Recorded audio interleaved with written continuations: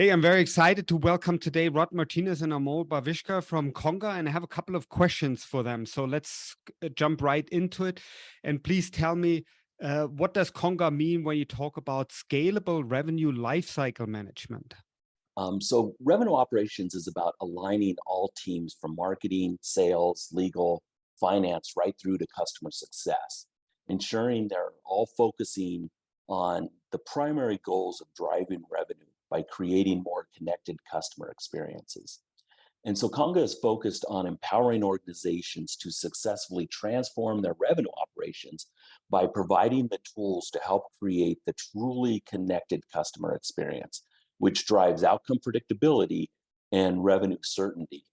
So we help make revenue more predictable by normalizing a company's revenue lifecycle. This is done by helping companies propose, quote, negotiate, and execute, as well as fulfill, renew, or expand an opportunity more efficiently and with intelligence. So Conga's efficient and scalable solution is one of the most flexible revenue lifecycle management platforms, built using a single data model for maximum clarity, and will integrate seamlessly with existing CRM and ERP solutions. And because of this, our solutions enable a better buying experience for customers and a better selling experience for employees by bringing transparency to every opportunity, automating business policy workflows for faster turnarounds, and delivering a constant on-brand customer experience. Got it. Excellent. Now, you also announced recently this API first approach. Tell me what you mean by that and why that's important for your customers. So as everyone knows, APIs are application programming interfaces through which you can access your application, essentially through programming or any preferred method. When we talk about APIs, we mean only one thing, right? From the openness standpoint, which is access from anywhere. So the idea of access from anywhere is APIs can be accessed literally from anywhere. It means any part of revenue operations process can be exposed anywhere. It could be from any CRM, any ERP, or any custom system. For example, if you take an example of Tesla, right in the car's dashboard, you can order your FSD subscription. You don't need to log into a system as a customer, or you don't need to talk with a salesperson. So there are variety and tons of use cases that could come across various type of industries that can be enabled through API first type of approach. Now, you had a second question in that, which was why it is important for customers. Now, if you think about customers, I would say there are essentially 2 or 3 areas where it is very, very critical or important for customers. One, flexibility. We are giving a lot more flexibility for customers to extend out applications for their needs. For example, selling oil versus selling computer versus selling subscription. They are literally different processes, and you need a lot of flexibility. And that's where if you have a way to extend out your application in different way or in better way, that's what APIs can bring to the table. Again, flexibility. Second, saving cost or time to market. And let me explain that. APIs can enable essentially not only unified data model, but also unified business logic that you can use across any layer of revenue process. For example, you can use a configuration engine of CPQ through APIs in your quoting process, in your partner commerce process, in your order chain process, or even in the customer success tool, where you are trying to, let's say, visualize or talk with customer and show how that experience will look like, as part of your renewal process. You don't need to maintain separate product catalog or rules across different systems as part of when you use API type of construct. And then the last one, which is performance and scale. As we are bringing the APIs on our own platform, we are able to bring that B2C style of performance in every action, where the performance will be, subsequent response will be able to provide across every use cases of revenue operations. Very good explanation. Thanks for doing that. Now, I want to ask you about some specific APIs, right? So because you announced a Conga-Sign API, tell us very quickly what that does. Sign API, right? So any API that we are announcing, the first thing is again, it's open, it's accessible anywhere, and it's flexible. So from Sign API standpoint, when you think about various sign use cases, typically you are signing a proposal document or agreement document or any type of document. Typically what happens is, at least in today's CPQ or any of the today's processes, we send a document, and typically the document is sent from a CRM system, and customer gets an email and you sign the document. With the API approach, what we are able to do is expose that signing process anywhere again. What that means is, let's say that if you want to have a generic MSA signed and you have a website on which you can just ask your partners or your customers to come in and say that, hey, look at the form and sign it. So you can improve your process by exposing your signing process again anywhere. And typical example you can think of is a loan application process. In the loan application process, you go online and sign that form. You can now do that as a customer in your revenue process anywhere. Like, for example, you can expose that on your website, essentially helping you to again accelerate the turnaround time and making it easier and faster for your customers. Then let's also talk about the next one, right? So that's the Composer API. What does that one do? Composer is our document generation tool used by thousands of customers today on Salesforce platform to generate documents. Now, as we are working with these customers, there are tons of use cases coming around where customers are, for example, trying to generate a proposal document where you are not only including the commercial terms and conditions and the pricing information. Customers are also looking for getting additional product specifications, and those product specifications could vary for each customer. Could be sitting in different locations in ERP system, MDM system, content management system, and they are not able to effectively bring that without bringing that data into CRM like Salesforce today.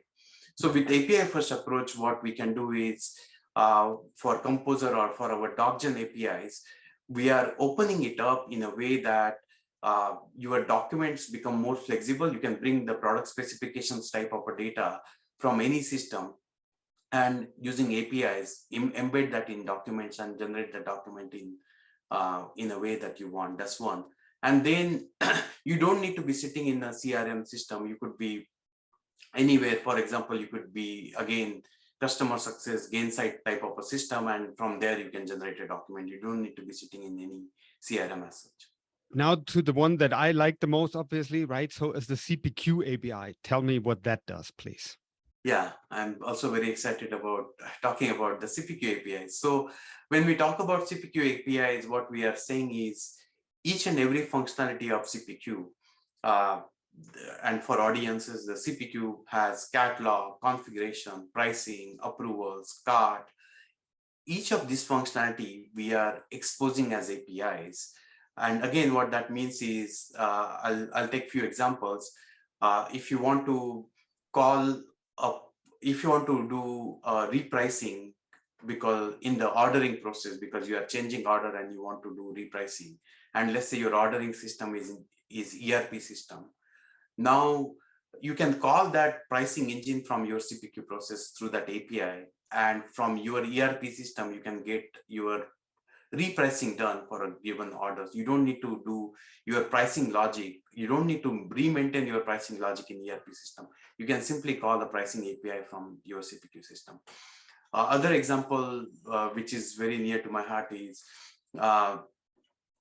like if you think about e-commerce use cases today, in our survey, we found that more than 90% of customers are maintaining separate CPQ and e-commerce system, and they need to maintain separate catalog, separate product rules, separate pricing rules, because the systems are not able to provide, particularly the CPQ systems are not able to provide the catalog, configuration, pricing through API. So now what we will be able to do with the CPQ APIs particularly is on your e-commerce catalog, on e-commerce exposing configuration engine, on e-commerce calling our promotions APIs. So everything will be exposed across different channels like e-commerce. So that will make the adoption or that will take CPQ to the next level, where CPQ will become a common unified B2B sales system that you can use not only in direct sales, but you can use it in direct sales, partner commerce, e-commerce, and so on.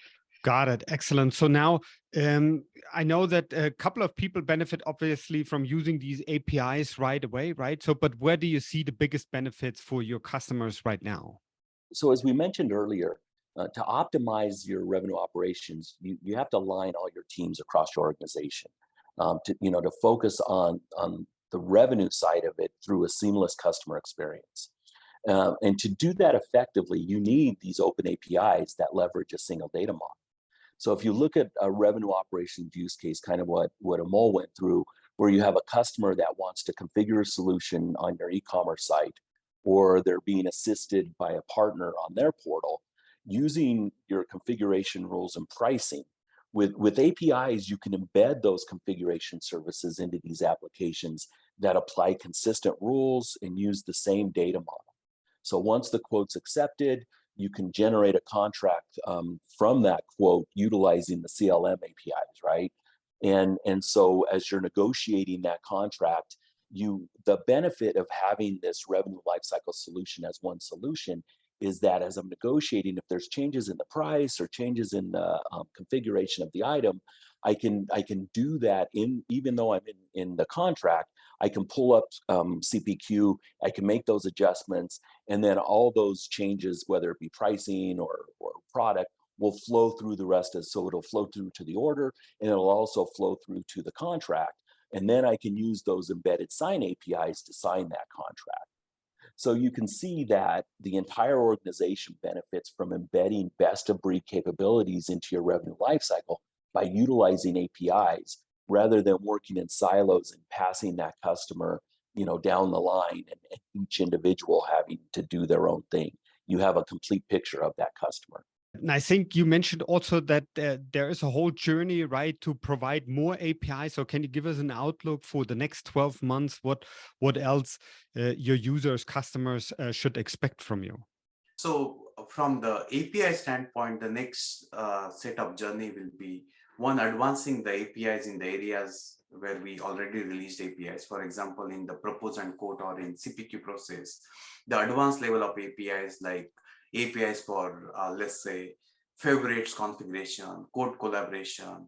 So next, let's set up advanced APIs within the context of CPQ and within the context of Sign, Composer, or the APIs that we generated, advancing those APIs. And then the second one is throughout the revenue operations lifecycle, we talk about the process around renew and expand, which is all about asset-based ordering or subscription management.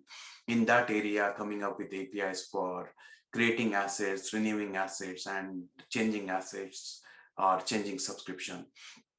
APIs for that, and then also APIs for billing and order management related systems as well. So that's what we are doing in next 12 to 18 months.